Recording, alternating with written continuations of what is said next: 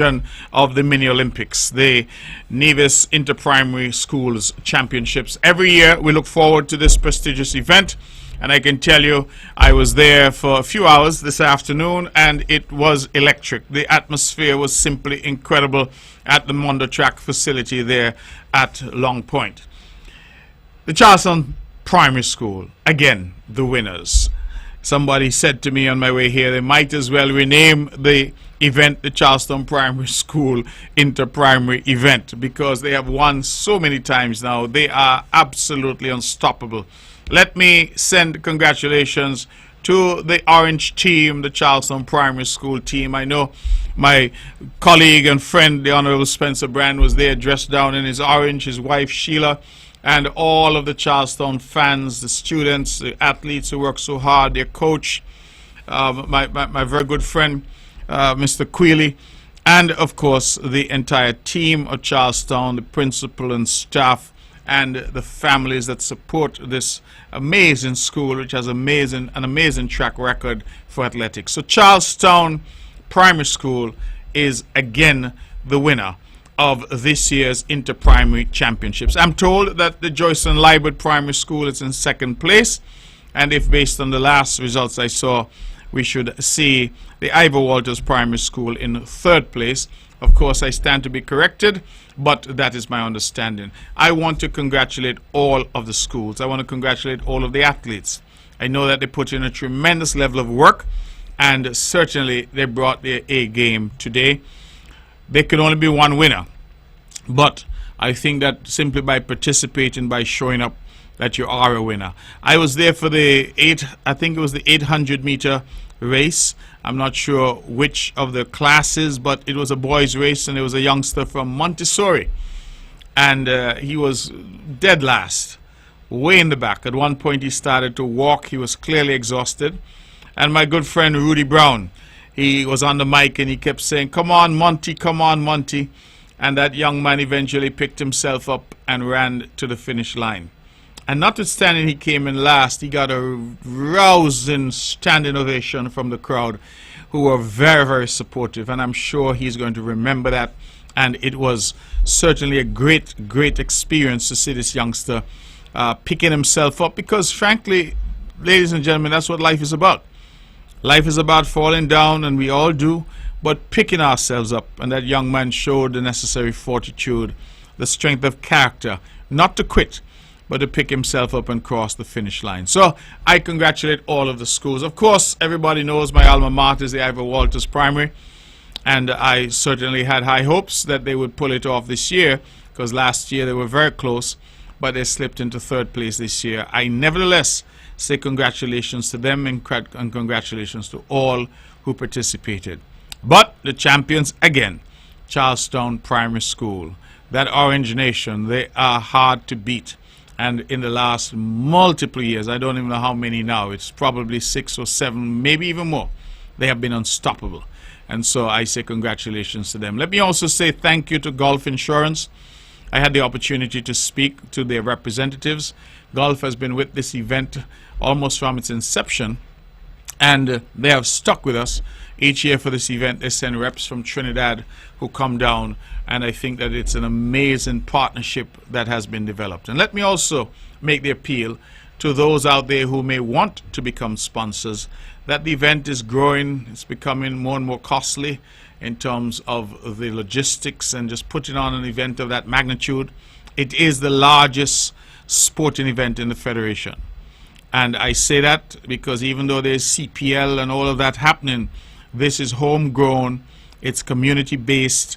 Our parents and our families come out to support the students, and it is an absolutely incredible event.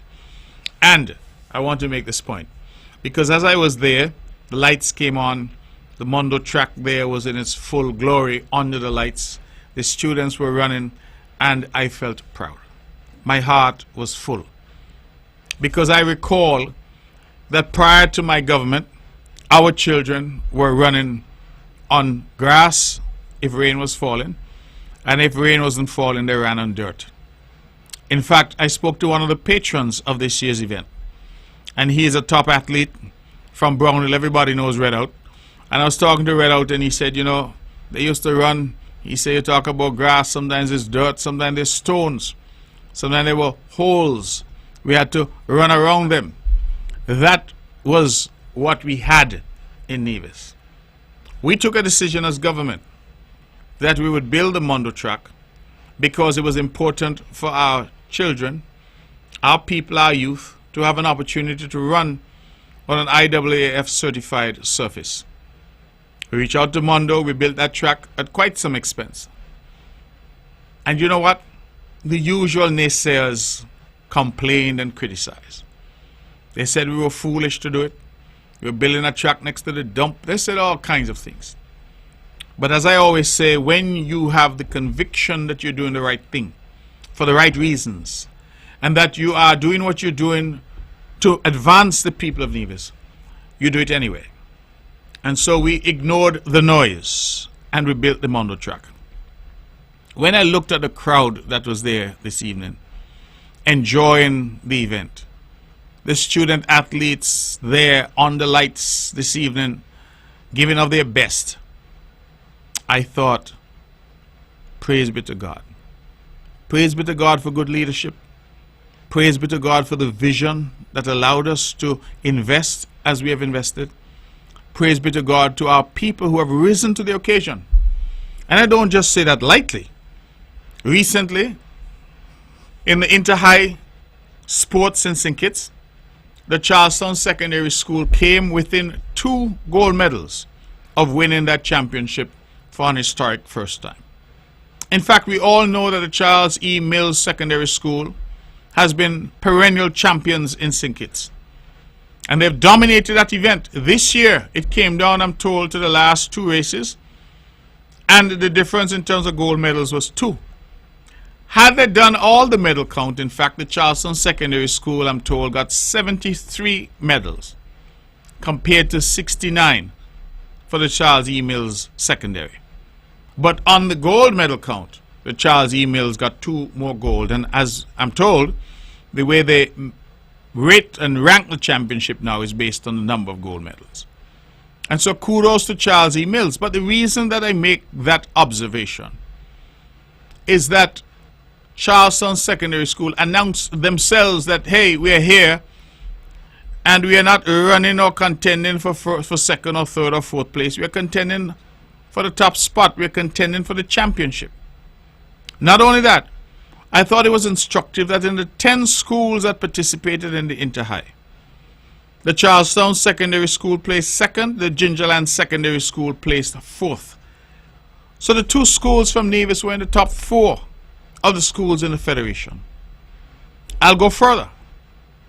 The Carifta team to represent St. Kitts and Nevis at the Carifta Games later this year in Grenada, the Carifta team was recently announced.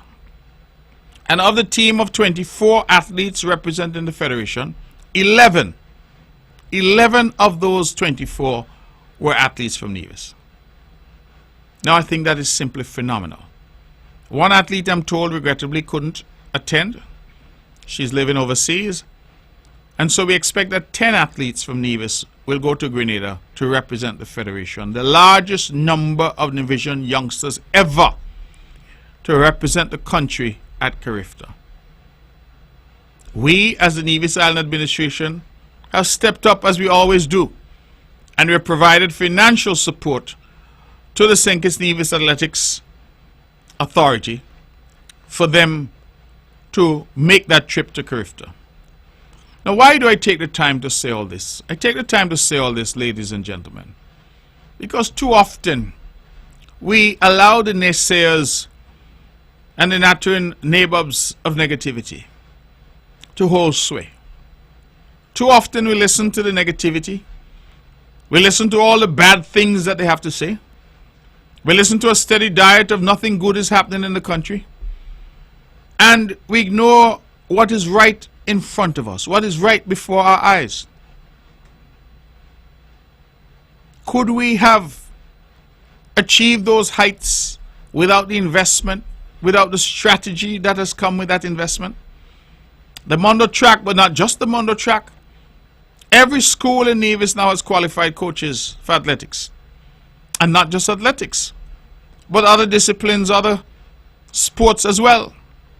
Do you know, for example, that 7, 1, 2, 3, 4, 5, 6, 7 under 15 cricketers from Nevis have made the Leeward Islands cricket team? You and I both know that it's only 11 cricketers on the field. And so there's a potential for 7 out of those 11 on the field of play to be from this little island of Nevis. In fact, the captain, young Bolo, everybody knows Bolo. Bolo is quite famous here in Nevis. He's the captain of the under 15 Leeward Islands team. You have to give credit to Stuart Williams, the coach, who has been working with these youngsters. But you also have to give credit to the vision of the government, the sports department, staffing that sports department with qualified individuals. You know, it was some years ago that this government sent 4 youngsters off to J.C. Foster College in Jamaica to specialize in what? Sport, to study various disciplines in sport. 4 at one time. And those youngsters have come back. They're here, they're making their contribution, and they're making a difference. I continue to say to our people that policies take time to bear fruit. But we are seeing in Nevis, in terms of sport, the impact and effect of good policies bearing spectacular fruit. And I think that that should be celebrated. Sometimes as government, you know, we are shy about saying what we're doing. Some say, oh, let us not attract attention. But I am not of that school. You know why? Because those who are bent on spreading negativity are at it every minute of every hour of every day. That is all they do. They keep saying how bad things are and how terrible things are. But the facts are undeniable. 11 out of 24 going to Carifta selected from Nevis. 11 out of 24. CSS and GSS placing in the top 4 of all the high schools in the Federation. CSS winning the overall medal count, even though they did not win the championships, because that, as I said, is decided on gold medal count. And the Charles E. Mills Secondary finally having real competition.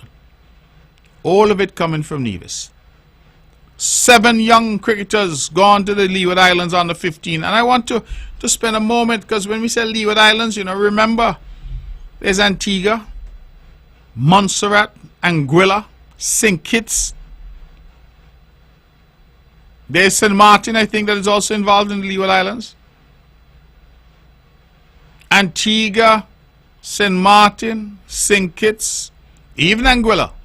They all have larger populations than Nevis. But Nevis has sent 7 cricketers to that team, and the captain, the young man, Bolo. What does that say to us? And I want us to start as Nevision people to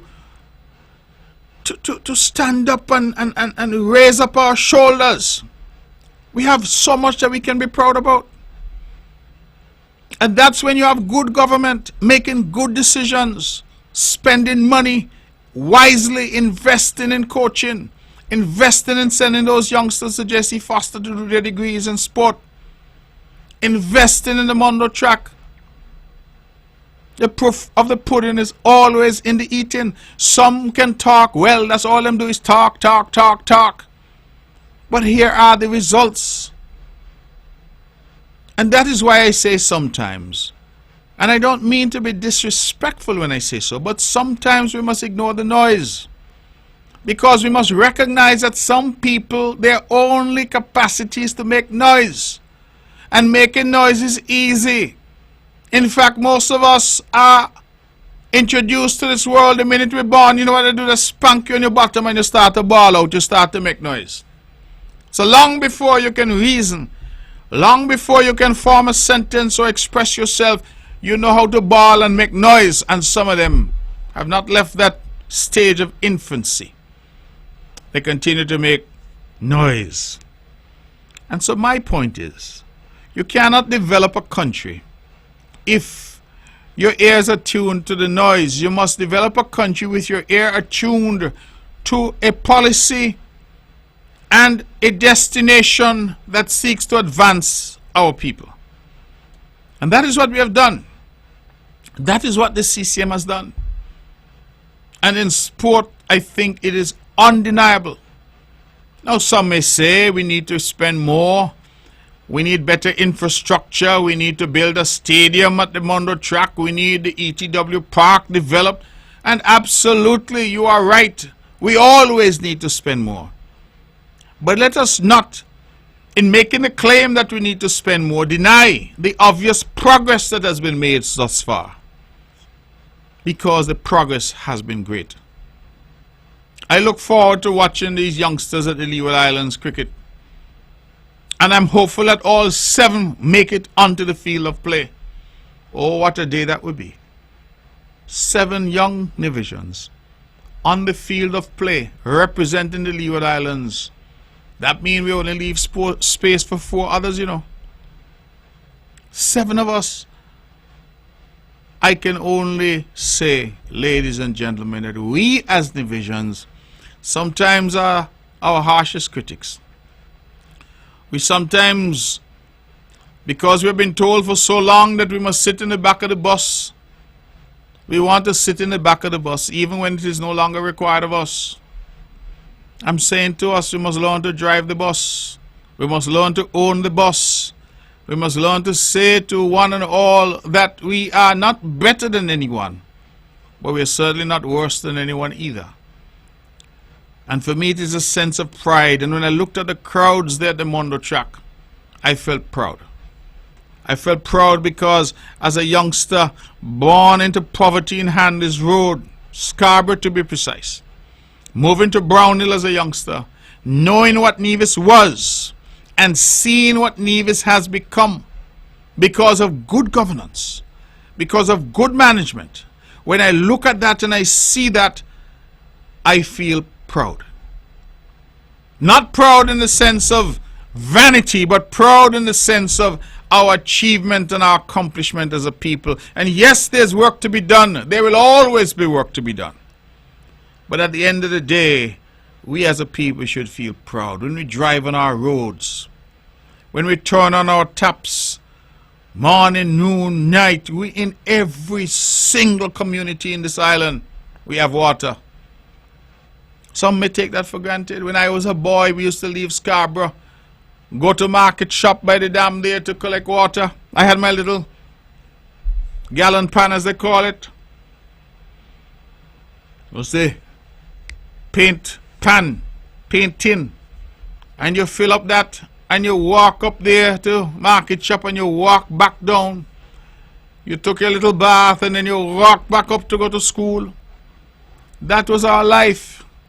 Look at Nevis now. Look at Nevis now. Look at the progress that we have made. I was in the parliament, in the national parliament there on Tuesday.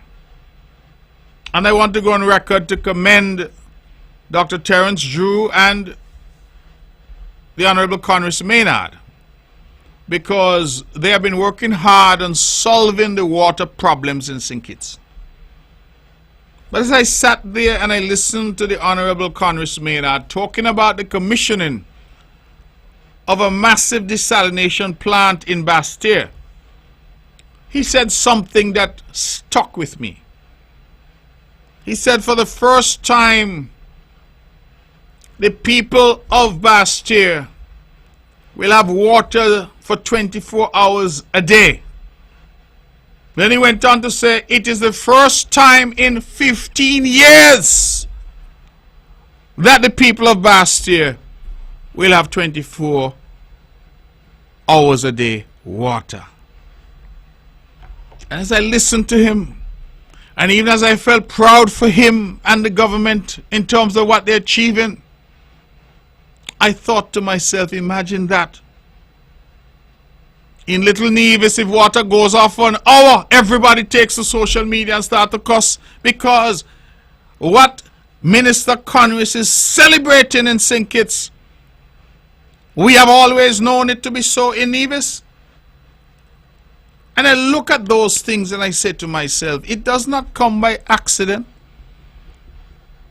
It came about by deliberate policy and investment. That is how it came about on the island of Nevis. We invested tens of millions of dollars in water infrastructure on this island. You all remember with me a time when the whole island looked like it was under construction. And on the sides as you drove, you saw these blue polyurethane pipes. You know what we were doing? We replaced all of the old cast iron pipes with modern polyurethane pipes. We replaced the little pipes with a little diameter, bigger pipes to remove the difficulties that we're having with water pressure. Nobody in Nevis now has water pressure issues. And this entire island, the 36 square miles of this island, wherever you choose to build, you have the capacity to get water 24 hours a day. I want that to sink in. Because while our brothers and sisters in St. Kitts are only 2 miles away, the minister is saying that in 15 years, the people of Bastia have not had water 24 hours a day. Look at Nevis. When I was growing up, they always used to say St. Kitts full of water, St. Kitts have plenty of water. But no investment was made. In Nevis, we invested tens of millions in our distribution network. New pipes, new pumps, new pump houses. Then we invested another millions of dollars in water storage. In fact, as I speak to you, we have just commissioned a 30,000 gallon tank for our farmers, and we are about to install a $500,000 tank up in Stony Hill. Continued investment. Drive around the island, go up into the hills, you see these massive tanks. Brand new technology that we have invested in. We didn't stop there. We then went and found a company out of Trinidad. We said, come and drill some more wells for us. We need more water. I was so proud recently to be advised by our minister, the Honorable Spencer Brand, that well drilling program has so far yielded 928,000 gallons of additional water per day. Yes, you heard me right. 928,000 additional gallons of water per day. We have wells at Maddens. We just completed a well there, I'm told, in the Hamilton area. And then, through my own negotiations, when I was privileged to represent this country as foreign minister, the United Arab Emirates gave us 2 desalination plants, one for St. Kitts, one for Nevis. The one for Nevis is already commissioned and pumping water into our system. I say all that to say that the water security that we enjoy in Nevis did not come about by happenstance. It wasn't by chance. It was by investment. It was by policy. And I want to make this point because it's an important point to make. When we had citizenship by investment flows, I have likened it to when the guts opened during the hurricane and rainy season and water is rushing down College Street, got in St. Kitts. That's how the money was rushing through Bastia. In the last 15 years, I believe up to around 2022, 2023, the country took in almost 6 billion EC dollars in CBI inflows. Nevis, as we know, never got a fair share. We got a pittance. We were told, hold that. And then we were told every dollar that I send to Nevis is $1 less for St. Kitts. But they want more for the greedy and the ravenous, when the people of Nevis were simply saying, give us our fair share. Not more than St. Kitts, because we recognize St. Kitts is bigger than us. But give us our fair share. Honor our agreement that we would get a share proportionate to our population. That was never forthcoming. And when we did the math, Nevis got around 8% of the CBI flows. St. Kitts kept 92%. Well, you might be better at math than me, but 92% of $6 billion. You tell me how much that is. When the phone's open, you could work that out for me. But you got 92%, and you were able to persuade some people in Nevis, those natural neighbors of negativity, those people who hate this island, that somehow the little pittance that we got in Nevis, we wasted it. So you heard the comments being made, Mark is a bad spender. But if spending money on water was bad, then carry me to the judge and let the judge sentence me. If spending money on the water taxi facility was bad, carry me to the judge and let the judge sentence me. If spending money on the Mondo track, right now where our athletes are and the CPS has just triumphed again, carry me to the judge and let the judge sentence me.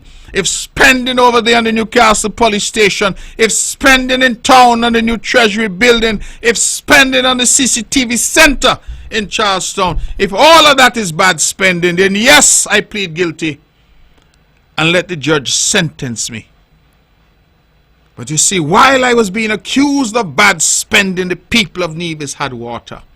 While I was accused of bad spending, I bought not one, not two, but 3 generators at Nevlec. The people of Nevis have reliable electricity. You know what is happening in St. Kitts? They're renting generators up at Skellig right now. I do not say that to say anything bad about my brothers and sisters in St. Kitts. I say it because we must understand that when you have bad priorities, wrong priorities, you can't then turn around and look at a man like me and my government and say that we are not doing a good job, that we are bad spenders, because these were the things that we were spending on.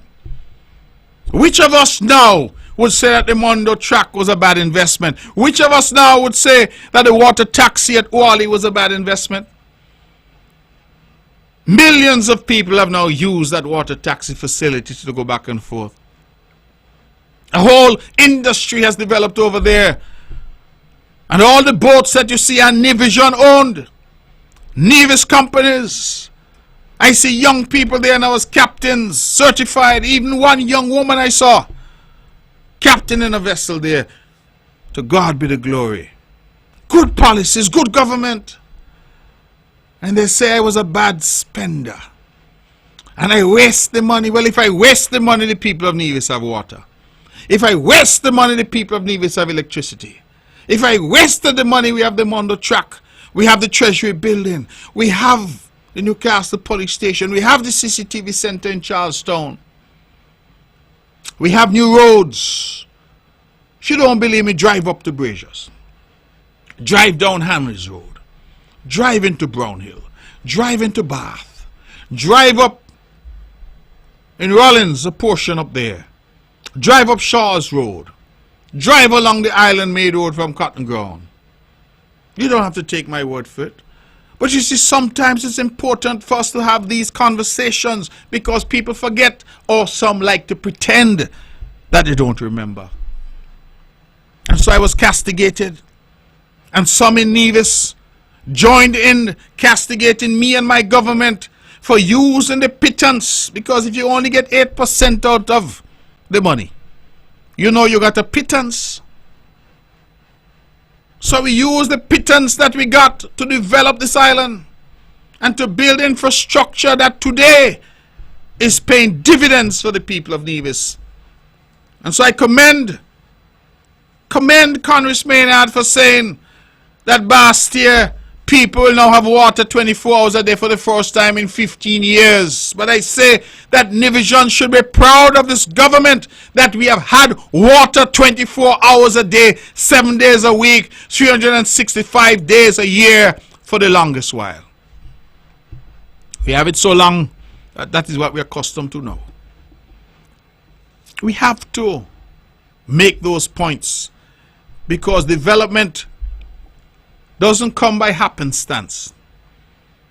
And so you must ask yourself the question, if Mark Brantley and the CCM government only got a pittance of the CBI money, and all that torrent of money, that avalanche, that flood coming down College Street got stayed in St. Kitts, why is Skellig renting generators?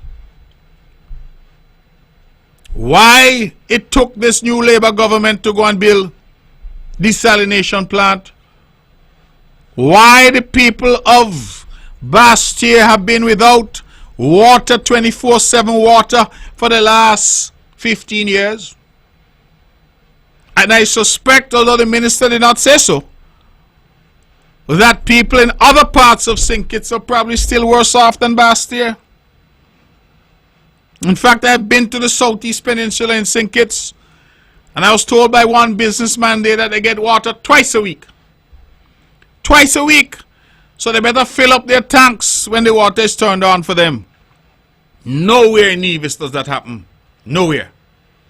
And yet, nearly $6 billion flowed in. You want to talk about good management? You want to talk about development? I'm prepared to have that conversation, because the proof of the pudding is in the eating. And so when they ask what I did with my 8%, I believe the better question to ask is, what did you do with your 92%? What did you do so that today St. Kitts still trying to solve a problem of a basic necessity like water? What did you do such that today St. Kitts is still trying to solve a basic necessity like electricity? Where I was buying generators in Nevis, you were renting generators in St. Kitts, and you say I spend bad?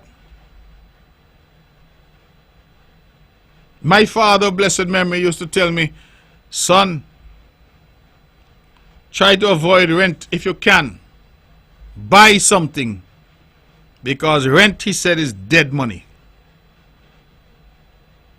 Dead money. That's just money you're paying out. And at the end of your rental period, you don't own a thing. Nevis, far from the accusations leveled against us, we showed good government, prudent investment, wise leadership, and we were steady. A steady hand. That is why when you go home now, you turn on your tap, you don't have to worry. You go in the shower, water busting pipe, because we invested on this island. And whilst I've used St. Kitts simply because I wanted to make the contrast, I wanted to show the difference of what happens when people are distracted by the glitter and not pay attention to what is real. Man, here's a little $500 pop. Here's a little $1,000. And everybody jump up, hee hee hee hee. But them not got no water wash them kin. Hee hee hee hee hee. But them not got no electricity. That is what we have been dealing with. No real development. Some say they point to the second cruise ship pier at Port Zante. Excellent investment, but guess what? That money was borrowed, you know. I want to make that point. That money did not come from the 92% of 6 billion that flowed into Bastille. That money was borrowed. So they borrowed the money to build that second pier. They can't even point to that and say, boy, we get this out of CBI. So I asked the question, you hold 92% of that money in St. Kitts, what did you do with it? What? And I asked the people of St. Kitts that question. So when sometimes the former Prime Minister, Dr. Harris, comes and he pontificates, say he's a good manager, you say, well, boss, you had so much of money. Well, Lord, how come the people not have no water? How come the people not have no electricity? Well, Lord, if you had so much money, why you had to borrow money to build that second cruise ship pier? Where the money gone? Where it gone? Nobody seems to know. But what is there to show? That you gave people $500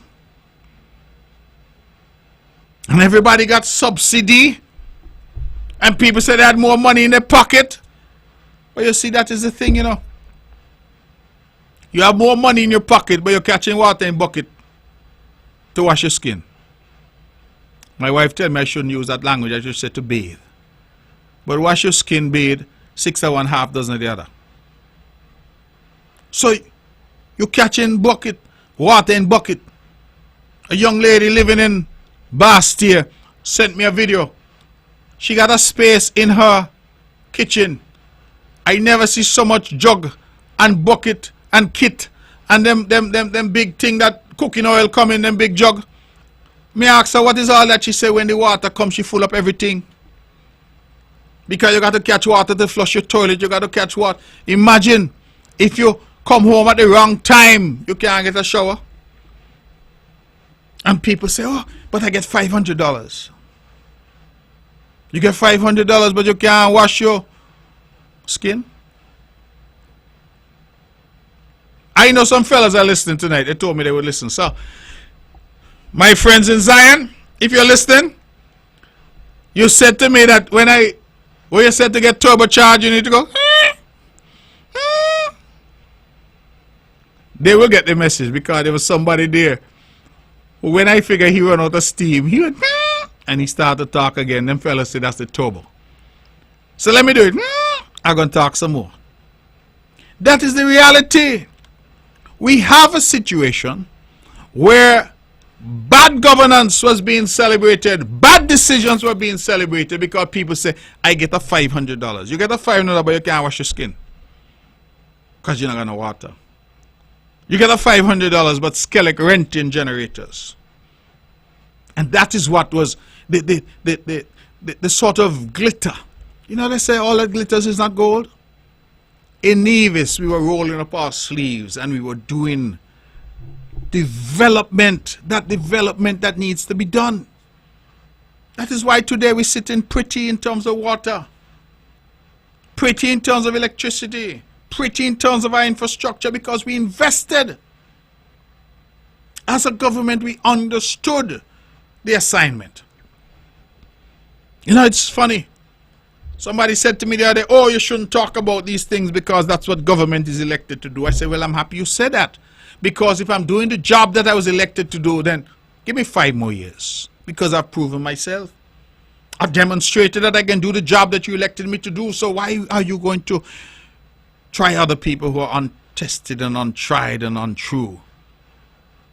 Stick with me because I've shown I could do the job. You don't hire a man to coach and the man is a winner and winning and then you fire the man. No, you can't do that.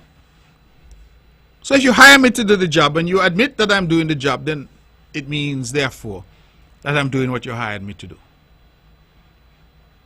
I looked on social media. I saw, I think her name is Donna Fret Gregory. I hope I have that right. But anyway, she's a politician in the U.S. Virgin Islands. And she made a big thing about being out of power for hours at end in St. Thomas. And I reflected on that, you know, because I have my dear friends down there, my brother Roach, my brother Shark, my brother Smitty, my sister Sonia, so many Nivisions, Kititians, who left Nevis to go to the U.S. Virgin Islands to find a better life. And the complaints that I hear about WAPA. And I'm not making a political statement because WAPA's problems have been perennial. They predate this government in the U.S. Virgin Islands.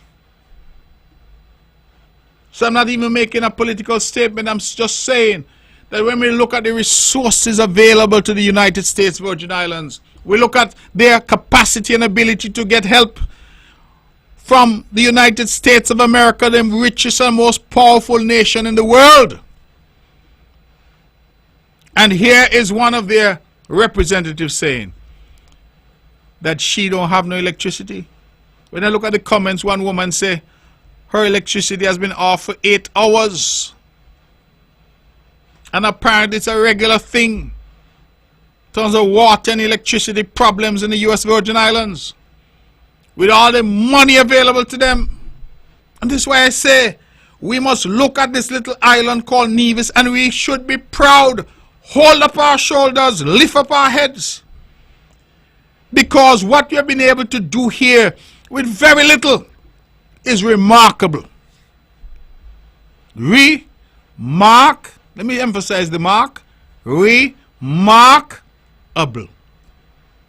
That's what we've been able to do here. Investing. Not in foolishness, but investing in things that pay dividends for the people of Nevis. And that, ladies and gentlemen, we should be proud of. Now, I don't know what happens. People go to the polls and people make their decisions, and that is their right. I say the voice of the people in an election is the voice of God. And I have no noise to make with anybody, because they can't make any noise with me about how I vote and who I support. But I ask our people to look at these things. To look at these things. And to cast their minds back to when I, as the leader of this island, was being attacked and accused and vilified. Say I waste money and I'm a bad spender and I can't invest and I can't manage. And then here we are now in 2026. And we hear the minister with responsibility for water in St. Kitts saying, and quite rightly so, we should be congratulated because now, for the first time in 15 years, the people of Bastia will have water 24 hours a day. And I said, my God, maybe if St. Kitts had some bad spending, they would be better off. Maybe if we knew where that $6 billion went, we would be better off. Because look at it. Your road infrastructure, your water infrastructure, your electricity infrastructure, you have school and educational infrastructure, health infrastructure. You tell me, where do you see $6 billion spent in St. Kitts? Nevis got 500 million and they attacked me. But when you attack me, I send you to the Mondo track. I send you over there to the water taxi facility. You see any similar facility in St. Kitts? No. But I have it there. I send you to what some are calling the Four Seasons. That beautiful fire and police station in Newcastle. And I remind you that the officers that were placed in Newcastle were being forced to live with rats and roaches. How absolutely dilapidated that building was. We took them out of that. And I point you to that. Drive around the roads in Nevis. I commented recently that I had some people here from Curacao. As I drove them around, the gentleman commented that he couldn't believe the quality of roads that we have in this little island. So when you ask me, Vicky's son, Irvin Brantley's son, what I do with the money, I say, as King Conway say, I could show you my trophy. Where's your trophy? A second pier at Port Zante that was done with borrowed money. So not even that you could say, well, I get this out of CBI. Not even that. Borrowed money. And then you say that was good management. That was good leadership. We had leadership here that believed in giving people a fish. When they bawl out, push a piece of bread in their mouth, hush them out. But the ability to catch a fish, we had no policy for that. The ability to invest in a way that it would pay dividends for decades. We had no policy for that. And it's not that we didn't have the money. Because, as I said, money was running down the roads of Bastia. My goodness. Every drain in Bastia had money running through it. CBI money. Plenty millionaires were created in St. Kitts. And I want our people to reflect on these things. Because too often, our people join the hype and the stupid arguments that we hear. We allow people who have been failures to lead us when we as a Nivision people have demonstrated that we have what it takes not only to lead but to deliver. We get foolish people telling us foolish things and we start to repeat them. I say, boy, that's true, you know. Where the money gone? Where the money gone? And you're opening up your pipe every day, every night, taking long showers. Where the money gone? You're watching your favorite show on television. You have your AC running without let or hindrance. Where the money gone when you get into your car and you drive on nice roads and you go to your job and you go to Lime and you go and see your friends. You're asking where the money gone? Where the money gone when you jump on the water taxi and you say, let me go over to St. Kitts and Lime tonight. Let me go to Spice Mill. Let me go to Buddha Bar. I want when our people do these things to remember CCM. Remember the concerned citizens movement. Because we have moved this country forward in a significant way. And I will put the record of this government up for scrutiny. And I will compare it to the record of any government before and any government anywhere else. What we have done here with little and nothing has been remarkable. Remarkable. And I will continue to pledge myself to that effort on behalf of the people of this island. Because, ladies and gentlemen, at the end of the day, it is not what we say, but what we do that matters most. And so enjoy your water tonight. Have a nice long shower. Enjoy the electricity. Nights are cold, so you don't need the AC. Enjoy driving on the roads. Enjoy the water taxi. Enjoy the improvements of the hospital. The hiring of new specialist doctors. Enjoy the security that the CCTV provides for us. Enjoy the police station and the fire station and the cars as you drive by, and as you go to do your business in Charleston, enjoy the new Treasury building. When you go to exercise in the morning, enjoy the Mondo track. And praise our youngsters who have just performed so creditably over there. Praise our youngsters who are going to Carifta. And we've just put a FIFA facility over there. Small goals, football, 6-a-side, I think, or 5-a-side. Enjoy all of that and more. Because this is our Nevis. And you have elected a government because you understand that we live in serious times and that serious times demand serious attention from serious people. And when you hear other people chatting foolishness to you, tell them that they chat foolishness. Tell them that. Because too often we're being told that whatever we're doing is somehow substandard, it is inferior. We don't know what we're doing, we don't know whether we're coming or going. But the evidence is there and the evidence speaks volumes to the contrary. We're better off in basic infrastructure than many around the world, many around the region. And even in our own federation, Nevis is miles ahead in terms of its infrastructure.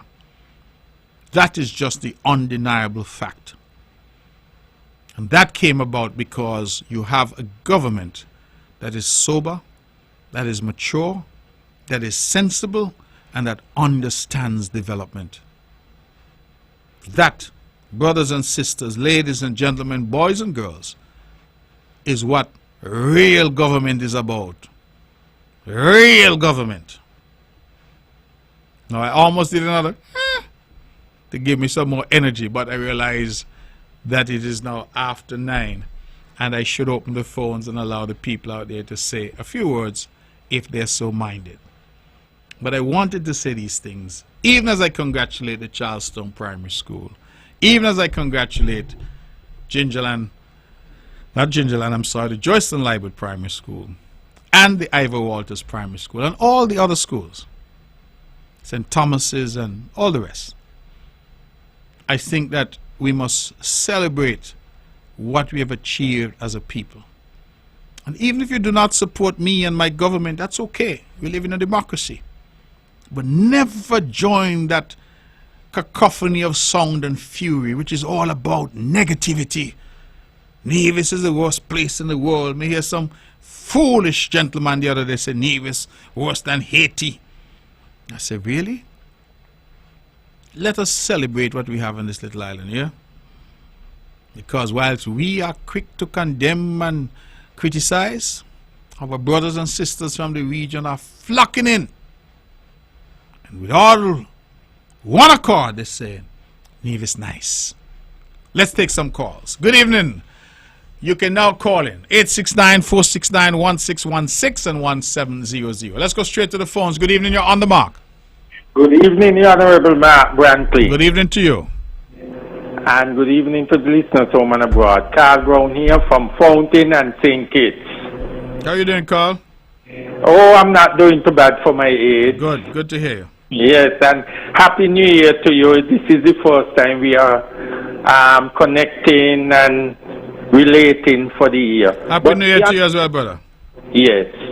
I have a couple of questions for you, the Honorable Brantley, because I am very concerned of the kind of treatment that our Prime Minister is, let's say, dishing out to Nevis. And one, it seems like former police officer, present taxi driver, present advisor to our Prime Minister, Dr. Terence Dew, have more to say on the Destiny project than what the Prime Minister is saying to you. When last you and the Prime Minister meet or call on the phone or and have a discussion concerning the results of the Destiny project? Because Mr. Elinborough seems to have a lot to say on it. Up to today he was on Freedom FM and he was speaking concerning the Destiny project. I have not heard the Prime Minister mention a lot or some form of that thing, because you and the people of Nevis and the investors are waiting on results from the Prime Minister. Could you enlighten us the last time you and the Prime Minister discussed? Because I have listened to a number of your press conference, and in one or two of them you have said that the Prime Minister, well, let's put it this way, you have not gotten back an answer up until now. Have you gotten an answer yet from the Prime Minister on the Destiny project? We got a response from the Cabinet indicating that they've sent the project to some committee that has been put in place on St. Kitts. So where is the subcommittee for Nevis, or the federal subcommittee? Is that committee a federal subcommittee or St. Kitts subcommittee? Well, there was a committee that was put in place by the Honorable Prime Minister. That is his right under the SSD legislation, and he has decided to put what is called an oversight body in place. And the message I got was not the message, the formal communication we got was that the Destiny project had gone to that committee. Having said that, Carl, the Prime Minister and I have had regular contact on this matter, And I have had a regular contact with the Honorable Attorney General, Garth Wilkin, on this matter. In fact, the Honorable Attorney General would have spoken to me as recently as yesterday at the parliamentary sitting in St. Kitts on the matter. And I remain hopeful that we can move this matter forward to a positive conclusion, because I think the issues that the federal government was concerned about, that those issues have been resolved. And so I am optimistic. I'm waiting to see now what this committee has to say and whether or not we can really just move this project forward so that we can unleash the jobs and the economic development that I think the country desperately needs at this time. Yeah, another question. When last you and the Prime Minister discussed the fair share, because you remember, I think that went to the World Bank. Yeah, but Carl, remember, if you've been following that issue, I did say that the Prime Minister and I had come to a conclusion of the matter, that the island of Nevis will get 25% and the St. Kitts will get 75% of the CBI flows. That was the conclusion of the matter based on the analysis that was done by the World Bank in that report that they would have provided. They basically said we ought to do it on a population basis, and that is what I have always been saying. So that is sensible. Right. So I think that matter, I feel, has been concluded in relation to what share Nevis will get from the CBI proceeds. Of course, the dilemma that we now face is that CBI has collapsed to such a degree that there's not a lot of money available. So even if you're getting a percentage now, it is really not a very small percentage. Well, not the percentage is small; the amount is small, and so the amount. Sorry. Right. So the amount is small because we have moved from like 600 and plus million a couple of years ago. Yes. Now down to probably 100 and something million. Exactly. So that's the problem, and this is why when I speak with passion about fair share, because when the country was raking in $600 and $700 million a year, if Nevis was getting 25% of that, Nevis wouldn't have any debt today. So true. You understand? So true. And that was the problem we had, because while St. Kitts every year said they had a surplus, Nevis was borrowing money to survive, because we were not getting anywhere close to that. If you'll do 25% of $600 million, my math isn't so great, but I believe that should be somewhere in the region of $150 million Nevis should have got. But instead of that, we were getting annually. But instead of that, we were getting 60 million. And we were being told, man, hold that. That's more than you ever get. You should be satisfied with that. Wow. Imagine that. Right? And that is the dilemma. So when people ask me, they say, well, you're in a government and you help bring down the government. I said, but my position was simple. We had a deal. We had an arrangement. We had an agreement. That's the basis that we went into government. When I get in there with you now, I see money handed. Carl, you know what it's like when you're hungry and you see food a pass over your head. Food a pass under the table, across the table, round the table. Huh? And none a pass in your mouth. But that is my thing. So I'm saying, well, how all this food a share? And the people in Nevis up here a struggle. And I said, no, I can't put up with that. Give me what Nevis is supposed to get and what we agreed.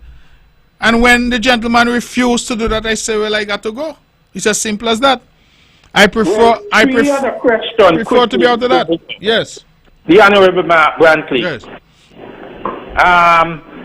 One, did the Prime Minister or cabinet colleagues from St. Kitts invited you and your cabinet or came to Nevis to discuss about the 100 and plus persons that was traveling to 5 continents? No, there was no discussion with the Nevis Island administration on that. And wow, imagine that. No discussion with me. I honestly saw it as a federal effort. I was not involved at all, and nothing was said to me or to my government about it. I'm told that 2 divisions were included. Was That's what I'm told. But I don't even know how they were selected. So I don't Imagine think about two it. Nevision was selected, Yes. and the Premier of Nevis have no knowledge about that. I can't Could come. you imagine that? Well, I And don't then know. here is it Yes. that the federal agricultural minister and the prime minister gone on that trip. No discussion with the agricultural minister of Nevis. Well, I don't think, let me stop you there. I don't think that is accurate because the Minister of Agriculture in Nevis was in fact invited to go on the trip.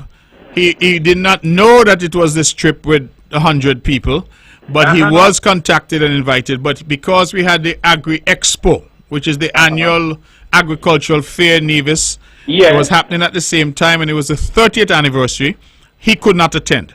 So I don't want it to be said that he was not invited, because he was, although it wasn't told to us that this was this trip. We thought it was just a delegation that was going. But either way, because of the Agri Expo, he could not attend. But I can confirm that other than that, the NIA was not involved at all in this matter. But Honorable Mark Brantley, look at this.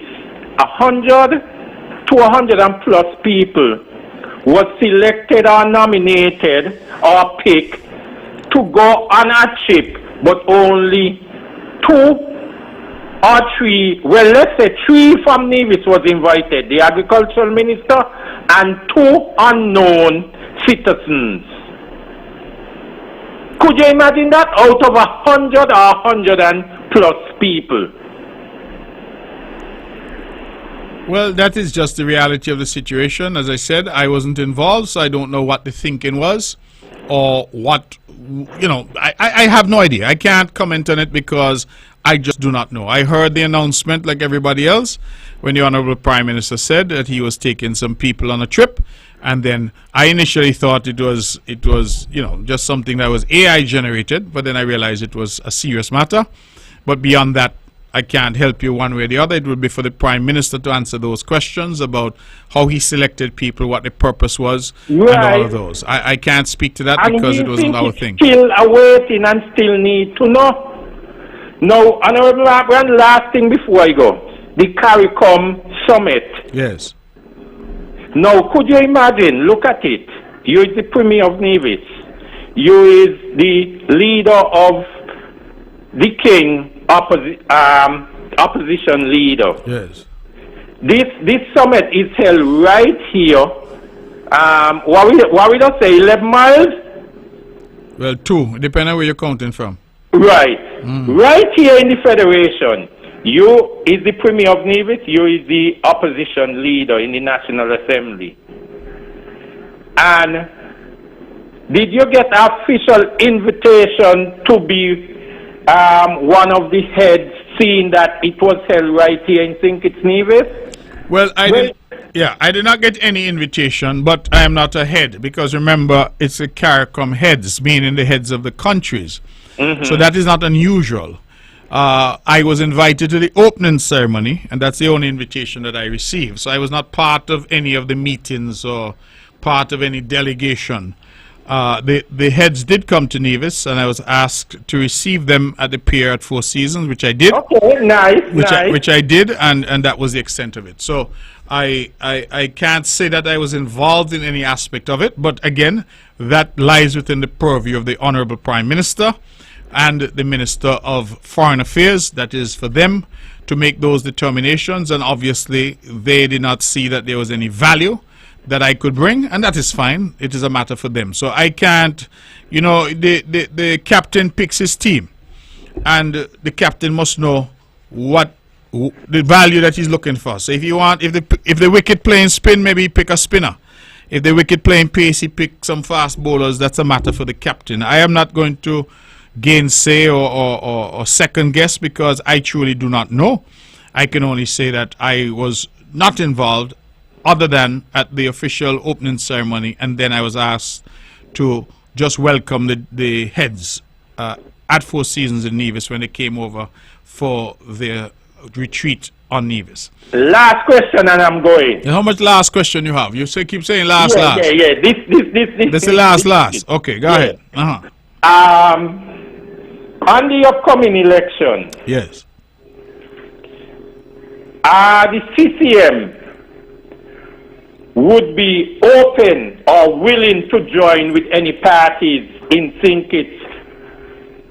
following the outcome of the next general election?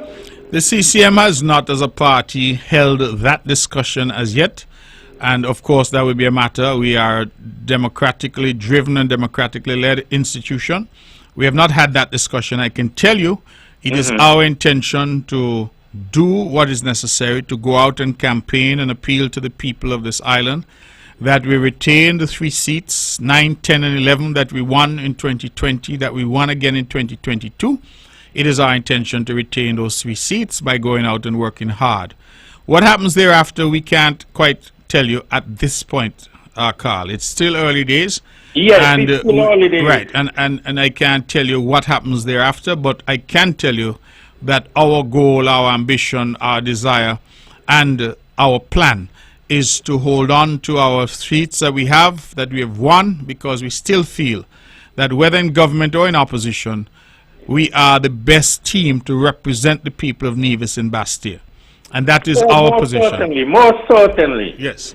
And I will tell you this again, and you know, I does be you prophesier. And you know, I just prophesy long before. And I will tell you again, you're going to hold on to your 3 seats, and you're going to have bargaining power. Good night, Mr. Brantley. Good night, and thank you very much, and God bless you. It's good to hear you, brother. All right, it's 20 minutes past the hour of 9 o'clock. We're taking your calls at 869-469-1616 and 869-469-1700. Let's go straight back to the phones. Good evening, you're on the mark. Hello? Hey, good night, man. Yes. Good night. You're on the air. Go ahead, please. Yeah, man, I'm listening to you. I call it from Sinkit. And you was talking about the $6 billion Yes. from the CBI. And like remember you all make agreement about the face here. Yes. But you said that you ain't the face here and money was coming down College Street got like water. Yes. You know? You catch any? No, listen me, I just want to know that if it's under the administration, all these money waste up, and under the 7 years of unity administration, all these money waste up, and I want to know the $6 billion waste up. Well, the money, the $6 billion, I believe we got to go back to about 2010, 2011, come forward. So we would have had a Labour government in place, then we had a unity government in place, and then Dr. Drew, Labour again, took over in 2022. So that's why I say up to about 2022, 2023. That those I know all of the 2010, 2024 and all those things. I know money was spending like junking sailor in this country. Well, money was spending in a caller, but the question is not that money was spending, the question is what money was spending on. That is really the question that I'm asking tonight. I just want to know, you know, if you mean under the unity administration, or the past administration with Dr. Douglas, he was there for 20 years. No, but that is what I want to know. But I'm pointing out, if you know the political history, I'm saying I'm going back to 2010, 2011, come forward. It means that there was a Labour administration, then there was unity, and then there's Labour again. So, before right? Yes. Your son came. Right? I believe more right now. You're talking on the behalf of the leaders of the opposition. You're talking on the behalf of the Labour Party, like you're campaigning for the Labour Party. You think so? Well, it sounds so. Well, I listen to it tonight. It sounds so. Okay. Well, let me clear it up for you. Yes. I am the leader of the Concerned Citizens Movement, which is based in Nevis. I'm the Premier of Nevis. And when I campaign for CCM and I campaign for the people of Nevis. Because I hear something there. And you listen, and I don't hear oppose the government at all. In nothing in Parliament when you are in Parliament. But I don't think that is true. Just recently in my press conference, I spoke about the hypocrisy on marijuana. That this government, in my opinion, has had a very peculiar and hypocritical position where Samuel. My point is simple, caller. My job, I don't see my job as a job to go out and bash Labour or bash PAM or bash anybody. My job is to call it the way I see it. When I am looking out for the interests of my people, I am seeking to advance their position. And when, for example, I see Nivisions, youngsters being locked up for weed, being charged, I see a gentleman there, Rastaman, who in his 70s, being charged for marijuana, and I ask why. Those are the issues that I am passionate about. I feel that the people in Sinkit seem to think that it is my job to campaign against Labour for them. No, you are parties in Sinkit. Let them do what they need to do. But before go, right? Yes. I listen to you before go. That the two parties were in government, the two NRP Yes. and the CCM government, when they was in government, they get ill treatment from the Labour Party. Yes. With the CBI program. I agree with you. In fact, ill treatment from the two parties and the administration of Dr. Douglas. but You know, but caller, the NRP wasn't getting nothing. They had to spend money, and you all come and the same thing was happening. but caller, I agree with you, and that is why, if you remember, again, don't have a short memory in terms of the politics. If you remember, one of the main reasons why the CCM went so hard against Dr. Douglas, one of the reasons why the CCM joined Team Unity to get rid of Labour, was because we were not getting anything from CBI. When we got in 2015, we got in on the basis of an agreement. And that agreement said that the people of Nevis would get a percentage share based on population. And we stayed there for 7 years, every year begging, well, when this thing gonna come for the people of Nevis? And we kept being told, hold on, wait a minute, man, wait a minute. If agreement, you was getting something, but you wasn't. Oh, I see. Well, let me put it this way and tell you. Yes. And be very plain about it. Labour didn't promise me anything. Unity promised me something. And Labour did not depend on me to get into government. Unity depended on me to get into government. Because without CCM, there could never have been a unity government in 2015. Couldn't happen. And we went down there, we lent our support, we got into government, and then those who we elevated and put in the big chair, they turn around. And I wouldn't tell you what they do to us. They more than slap us. The first time in my life me ever get fired. Up to tonight, Right? up to tonight I was in a bar. Yes.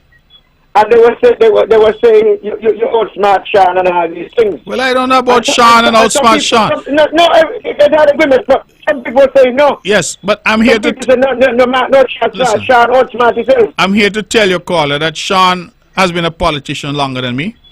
Sean holds a PhD. Sean is one of the brightest young persons that I know.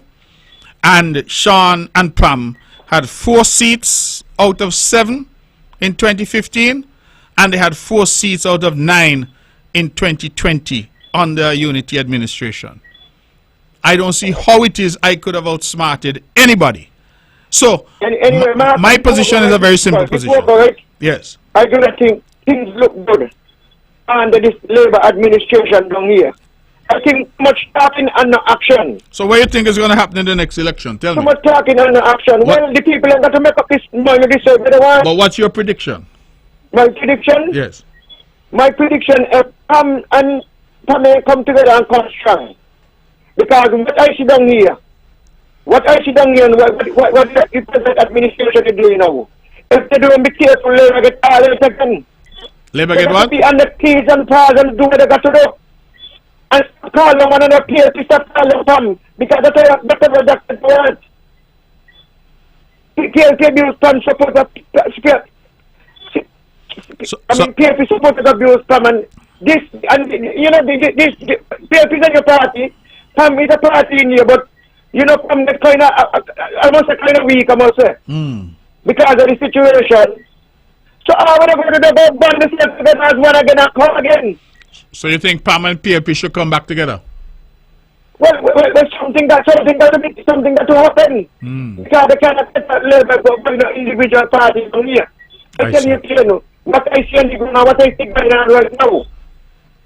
All right, my brother. Thank you for your observations. All right, I appreciate it very much. I appreciate the call. You know, this caller, I know him. He's a chap who's very schooled in the politics. But I think, caller, that there's a perception in St. Kitts in some quarters that it is my job to remove labor for them.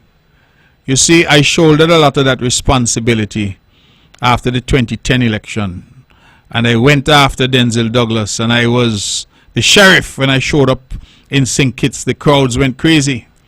And you know what I got for that? I got a kick in the rear. I was put outside in the yard while the big boys were inside making decisions. I was denied the opportunity for the people of Nevis to get what was promised to them. And I was undermined at every step of the way. You know what it felt like, caller, to be in a government sitting in a cabinet, and the head of that cabinet was providing financial support to my opponents in Nevis? You know what that felt like? And that is what I had to endure. And so I have taken a view and said, listen, all who got problem with labor in St. Kitts, fight the battle. Don't look to me and CCM to fight any battle for you. All who got problem, fight their battle, because when the battle is fought and the battle is over, there is no use that some of you have for the people of Nevis. You all feel that our job is to come and rescue you. Our job is to put you in government, and when we put you in government, you kick us in our tush. Whoever said don't use any bad language on his radio station. You kick us in our nenen, as them say in Grenada, in our rear. And that is what you do. You want us when you can use us, but when you no longer have use for us, you have no difficulty trying to humiliate us. And so I have said, you know what? Let me focus on my little Nevis. Let me focus on holding on to the seats that I have and providing the best representation that I can to the people of Nevis. And all of you who vex with Labour, vex with PAM, vex with PLP, that is our business. Our fight, our battle. I stop clearing ground for monkey to run on. And I say it plain and straight because that's exactly how I see it. Because in my experience in this thing called politics, you only have use for Nevis when you all need help. And once the help comes, you all have no further use for the people of Nevis. And I say it because I mean it. I have lived it. I have seen it. The kind of effort that I put in to put a unity government in office. The kind of money that I spent. The kind of personal energy that I exerted. The fishing boats that I took at night, caller. At 2 o'clock in the morning. You never know how black the ocean is out there until you try to take it on a fishing boat at 2 o'clock in the morning. I'm trying to get home to my family because I appeared on the platform in Nevis, and then went St. Kitts to appear on the platform down there. So many times I could point to the meeting at Greenlands, the one at Semarco parking lot. There's a meeting somewhere there, that area there as you're heading towards Cairn. I can't remember what that place called there as you leave the airport going in that direction. And when unity was down and we had lost some case in court and everybody was saying it is over, who came? The sheriff. And the irony of it was that the very things that I did to lift up unity was what made the gentleman so uncomfortable with me, the leader. He said he wanted to be prime minister. He feel he could be prime minister. But you see, the perception is that if you're from Nevis, you're only good enough to make somebody from St. Kitts prime minister. The perception is that if you're from Nevis, you must work hard to put somebody from St. Kitts in that big chair. And then when they get in the chair, they kick you in your nenen. And I am saying simply, I'm now 57 years old. The number of times people walk on my back to get to where they want to go. Walk on my shoulder to get to where they want to go. And then look back, just as my favorite Shakespearean play, Julius Caesar. Lowliness is young ambition's ladder, whereto the climber upward turns his face. But when he once attains that upmost round, he then unto the ladder turns his back, scorning the base degrees by which he did ascend. And that is far too true for too many. Once we get up the ladder, we kick it down and we forget the people who put us up the ladder. And I said, not me again. Me ain't be no ladder for nobody. Let me work for the people in Nevis. And all who vex with me, that is our business. Who vex dead. it don't trouble to me one way, shape or form. I want me to cuss labor yourself. Do it yourself, because at the end of the day, I cuss labor and bring down labor, and you all turn around and cuss me. No. Now say go. I want ground, clean it. Mark Brantley, stop clean ground for monkey to run on. And I want everybody to tape this and play it over and over. I stop clean ground for monkey to run on. I am focused on the people of Nevis, and I'm focused on saying to the people of Nevis that this CCM team, this Big Blue Machine, is the best team to lead you, to represent you, whether in Nevis or in Bastia. Let's go back to the phones and see who wants to talk to me. Good evening, you're on the mark. Hello, are you there? Good evening to you, you're on the mark. Hello? Hello. You are on the air. Mr. Brantley. How are you, my dear? How are you doing? I am doing fine. How are you doing? I'm fine, man. Hey, you're on fire tonight. No, so many things you have to say, because people like to think. You said, hey, you can't be nene up here. Yeah, nene, yeah. That's what they want to do with me. Well, me up to the other, me look in the mirror, me can't even find nene, so me not got none to kick. Oh, that's what I mean. Exactly. All right. Yes. So true. Yeah, I would like to read just Psalm 117, yes, two verses here. Oh, praise the Lord, all ye nations, praise him, all ye people, for his merciful kindness is great toward us, and the truth of the Lord endureth forever. Praise ye the Lord. Good night, and you have a blessed night, okay? God Thank you so much. Thank you. Bye-bye. All right, let's keep with the phones. We have other callers. The phones are lighting up. Good evening, caller. You're on the mark.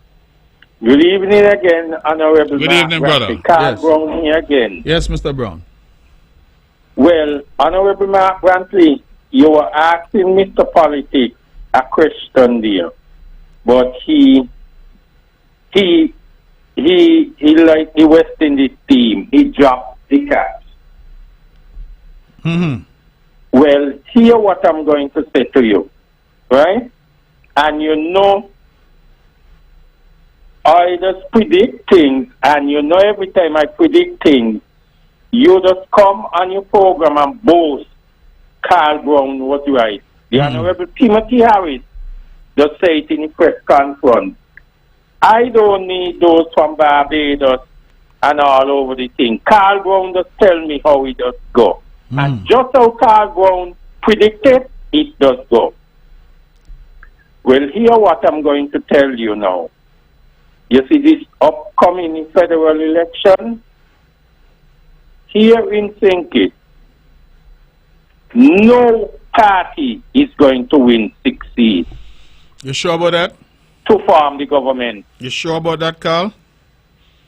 Honorable Mark Brantley, over the years, have I ever been wrong when I call your show and tell you what is going to happen? No, you have a good track record, but I'm asking you. Thank you very much. So how you call it? You said nobody gonna win 6 seats. So how you think the seat's gonna go? How early I am? How you think the seat's gonna go? Tell me. Hear what's going to happen. And as I tell you earlier, you're going to win your 3 seats. Again, hear what's going to happen in St. Kitts, right? Pam gonna win 4 again. Win how many? Pam gonna win 4 again. 4? Yeah. Labour gonna win 3. The Honorable Timothy Harris is going to win his seat. Now, here is it, Honorable Mark Brantley. The next decision or result is to CCM. So guess what's going to happen? Remember we all laughed years ago and we heard the story that one prime minister almost drowned coming over to Nevis to get a bargaining chip. Right? And listen, this time the prime minister that went into the election is not going to nearly drown this time. They are going to take the good route, but a number of parties is either going to be calling you or rushing over to Nevis to form a government. And that is why I asked you the question in the first call. Are you willing, you and your party, to join with any party from Sinkit? Because you see this election coming up, no party in Sinkit is going to win 6 seats. Well, we hear you, brother. As They I may said, win 4 or 5, and 4 or 5 cannot form the government. well, as I said to you, I am concerning myself with Nevis and the CCM. I am trying to make sure that this party remains strong, remains viable, and that we continue to make it clear to the people of Nevis that in terms of representation, honest, decent, mature, sensible representation for the people of Nevis, there's only one party, the Concerned Citizens Movement. And that is what we continue to say, because we think the evidence supports that. And that is where my head is at right now. All this talk about who joining with who and who doing what, I am not concerning myself with that. Because I will say one thing to you that should be clear. You can't join with anybody unless you have seats. So I see all kind of chatter. They say there's a new unity. They say PAM and PLP and NRP is a new unity. I see all of that and I smile and go about my business. Yes, Because I am not understanding how people got all kind of things to say and think and them not got no seats. The bottom line is you must have seats if you are going to be at the table. Right? Exactly. And so I am focused on that. The Constitution states that the person who controls the majority of the elected representatives to Parliament will be, on those persons going to the Governor General, will be nominated or selected by those candidates as the next Prime Minister. And the Honorable Mark Brantley, your predictor, will tell you now that in this upcoming election, you can make history. Well, you can either become the next Prime Minister or the next Deputy Prime Minister, coming out of Nevis for the first time. All right, brother. This election in Sinkit, as I am on the ground, no clear winner going to win 6 seats to form the government by themselves. So we're going to have another coalition government between the people of Nevis and the people of Sinkit. Good night, Mr. Brantley. All right. Well, thank you. A lot of people going to be breaking on Facebook, and they're going to vex and upset. But it's the fact, because if you're on the ground, you know what the people are saying, how the way the people are going to be dealing, and think people going to say it's early. But you know, I always call you early and predict the outcome, and the outcome, I just call you the night, the Wednesday after the election, and ask you, the Honorable Mark Brantley, was I right? And what you just say, Carl Brown, you was right. I just call the Honorable Timothy Harris, and I just say, Honorable Timothy Harris, was Carl Brown right? He said Carl Brown was right to the point. And he just say it in the press conference and all. He just say, I don't study with those from Barbados and wherever they from. Just come and think. I only have to listen to Carl Brown. And as Carl Brown predicted, that's the way it does go. Good night, sir. All right. Well, thank you very much, Mr. Brown. And thank you, as always, for your contribution and your commentary. We continue to take your calls at 869-469-1616 and 869-469-1700. Let's go straight back to the phones. Good evening. You're on the mark. Hello? Mr. Premier. Yes, good evening. This is the first time for 10 years since I'm out of Nevis. Calling in on your show. But this voice is unmistakable. How are you, brother? I'm so happy to hear you speak tonight, Yes. regarding this state between Sinkit and Nevis. Because, a few things baffles me as I look on, right? At, the situation. The operators in Sinkit from Labour are too much at play fighting against Mr. Brantley.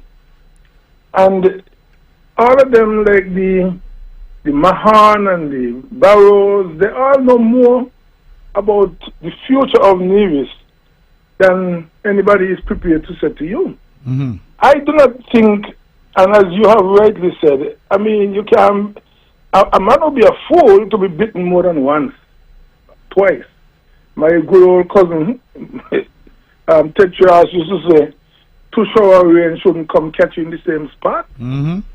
Now, I am not advocating that CCM stays neutral ultimately after an election, but going into the election, there should be no pronouncement because there is no good politician in St. Kitts. I have been giving Dr. Ju quite a bit of, support, but I'm also beginning to look at his demeanor. And I'm also beginning to, look at, I have said them, that I'm prepared to call out when I see a change in him towards Nevis. The present, as we approach the election time coming up, the present situation doesn't look good because Dr. Ju, though he meant well or means well, he's under too much pressure from the negative, evil forces of labor who want to hurt Mark. And I'm saying that this is the part that's going to aggravate the masses of Nevisians. If you are trying to hurt Mark, you are trying to hurt our premier, you're going to bring us out the woodworks. You're going to bring us out. And I think Juku go ahead play the game he's playing. And I think that he is playing a blessed game with respect to those who are advising him. He could go ahead. So all of the projects of St. Kitts must advance. They are moving people off the beach because they're going to build an ex-hotel. They buy up 80-something acres of land to go build a hotel. So all of the projects, the people have difficulty with the Fort Thomas Hotel. They were saying, how come Indian concept is coming into St. Kitts? All Dr. Ju said, go and discuss with the architects. Yet the project is advancing. We are hearing stories about SSC zone for Whitegate that will eventually come without any kind of discussion with the people. Those who want to influence the politics in Nevis are not at the same time going against the decision of their party in St. Kitts. As a matter of fact, Dr. Ju seems to be becoming a little more autocratic nowadays. I mean, you saw the article today that there's a resounding, no to cannabis. They're not going to smoke it in, no smoking in public. I'm not saying he's wrong but he's becoming a little more autocratic. Premier, I'd like to hear you tonight with respect to keep your head on and do not get involved in them and the politics. And at the same time, when the time comes that they need you, then it's this time to teach a lesson. Because no politician in St. Kitts is for Nevis, none. Dr. Joe was playing some games at the early stages, but he must now come out to show who he is. Because there are too many people who hate Mark Brantley. There are too many people who think that they want to bring down Mark Brantley. They want to use operatives within Nevis to bring down Mark Brantley. And I think that they are miscalculating us, They are miscalculating us. Even if some of us were on the periphery of maybe playing with maybe a next party, as long as anybody gonna amass themselves to deal with Mark Brantley, boy, they're gonna deal with all of us. Because nobody gonna trouble Mark Brantley and get away. No. They're gonna deal with all of us. So I am so happy to hear you. Nice. I'm continuing to listen. I'm making a call on the phone where I don't have overseas facility. Mm-hmm. They're going to hit me big charges as a result for this. But so let me get off, right? I will continue listening you off the ear. Sorry about that, right. Mr. Premier. Okay, thank you for the call. And you were my former teacher, so I always say that I am who I am and part of what I am because of you. And I am always grateful to you for your patience with me and for your investment in me. So thank you very much for the call. Let's go back to the phones. Good evening, you're on the mark. We've lost that caller. Let's try this one.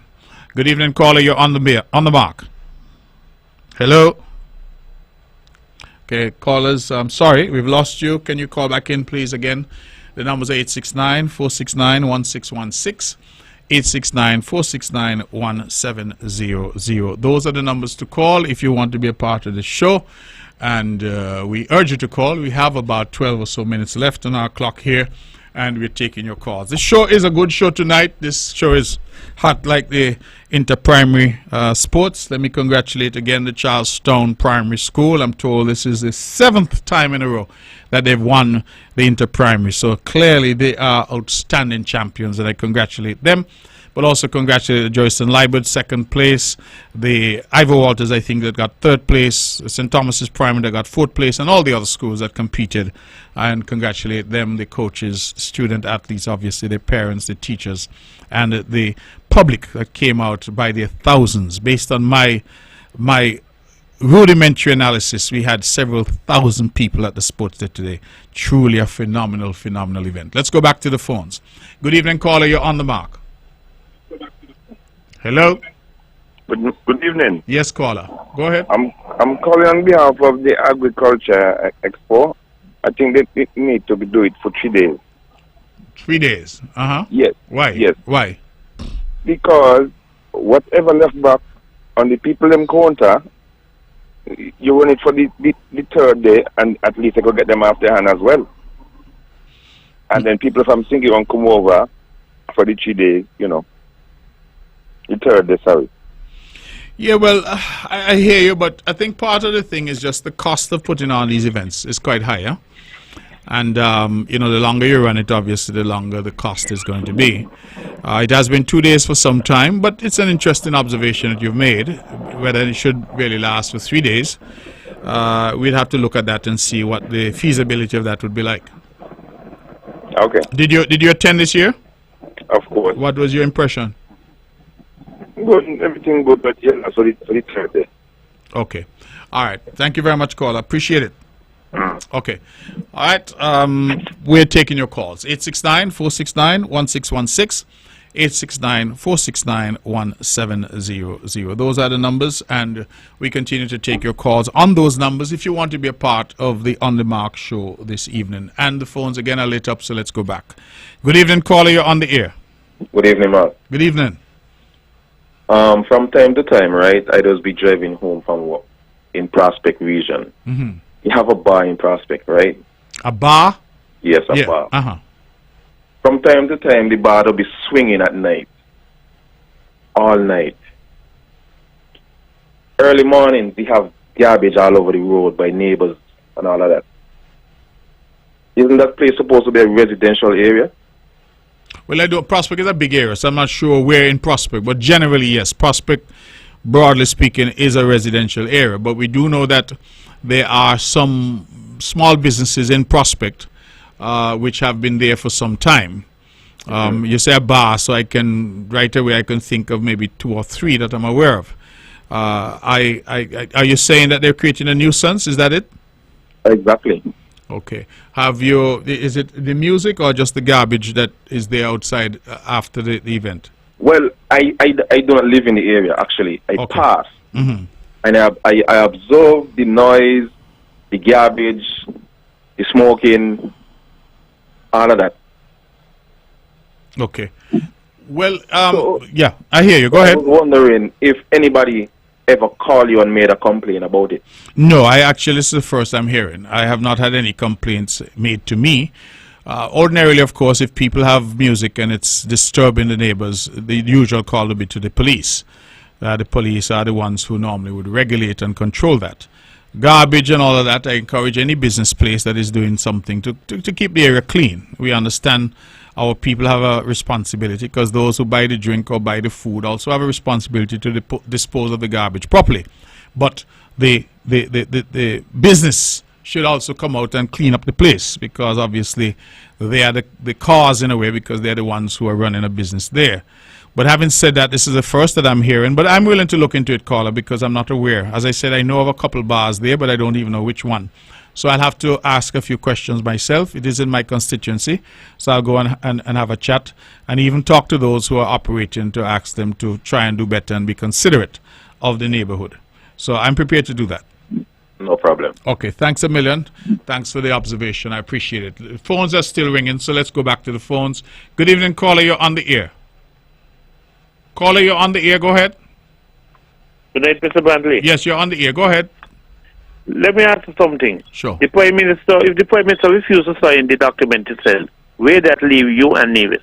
Which document? The Destiny matter? Document with the Destiny. Well, I think if he doesn't sign, the project dies. That's what I think, because I think the people who are promoting that development have already said so. But as I said earlier, I have been in regular discussions with the Prime Minister and more recently with the Honorable Attorney General, as recently as yesterday. And so I do feel that we are making progress. The Prime Minister has decided that he wants to go about his position in a particular way. And I have to give him the respect. He is the Prime Minister and he has his position and his way of doing things. But at the end of the day, this is an important project for Nevis and indeed for the wider Federation.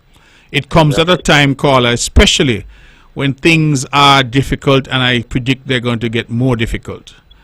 You know, we have that war that's going on in Iran and in the Gulf. I think our people are going to start to see the effects of rising prices.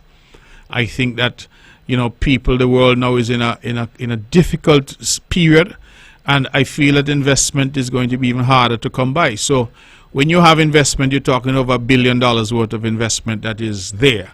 And they have come, they have done the research, they're ready and raring to go.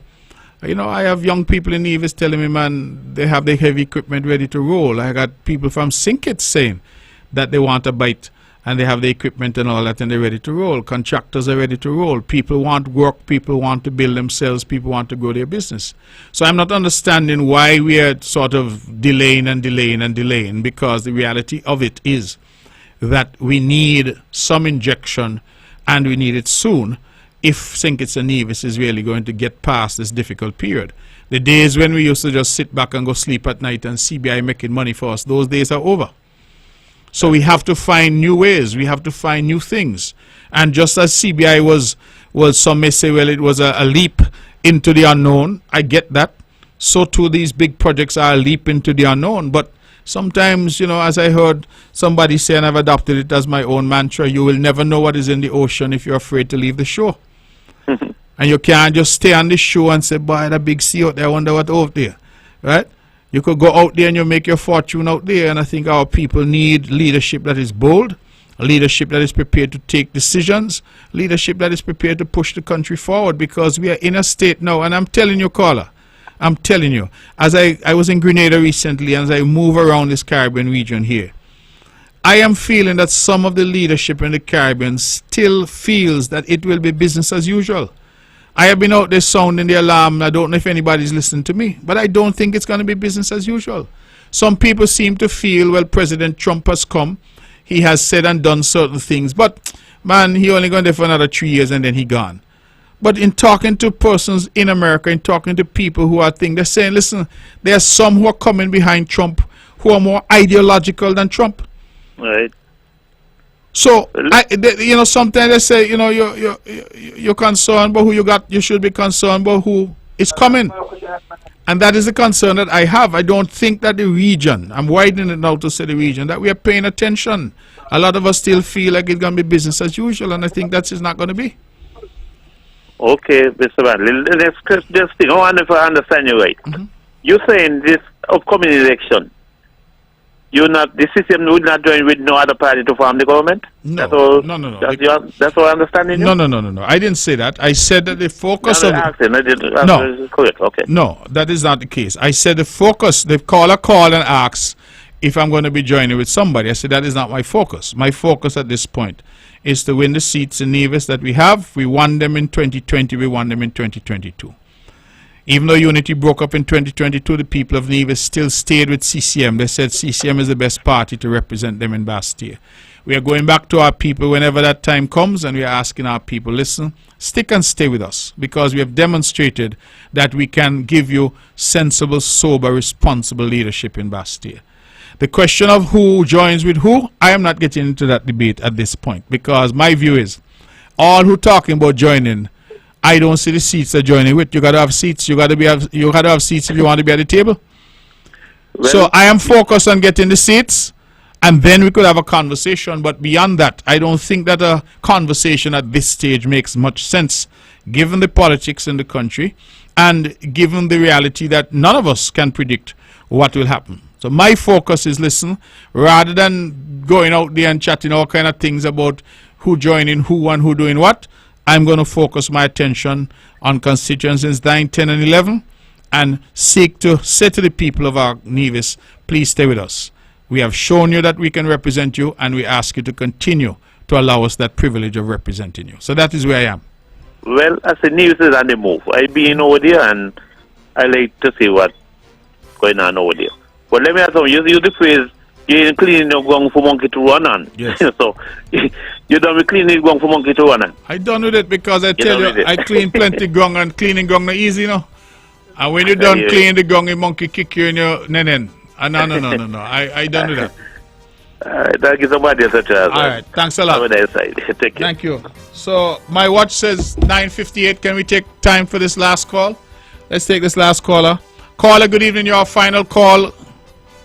Hello? Put on a love and greeting, brother Premier. Yeah, you got to make it quick. We only have a minute. Well, Sorry. I'm going to make it very quick. Yes. Because it's very important to see you just make some outlining criticism about the CBI program out of the wealth that it was generally brought, and to see the status that is now standing on the grounds of our economical stability.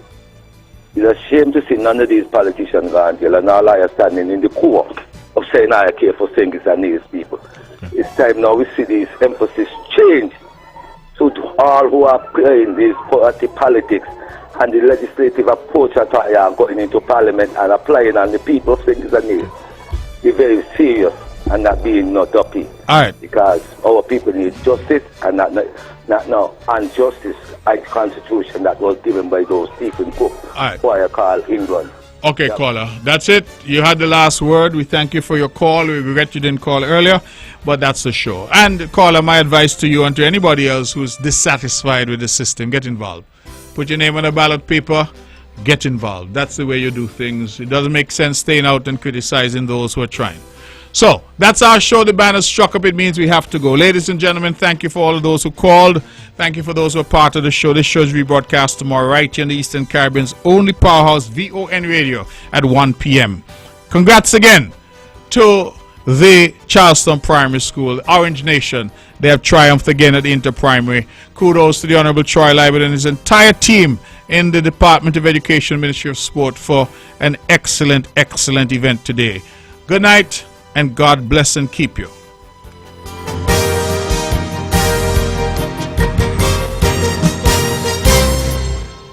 The views and opinions expressed on the preceding program were solely those of the participants and do not necessarily reflect the views of the Nevis Broadcasting Company Limited or its advertisers.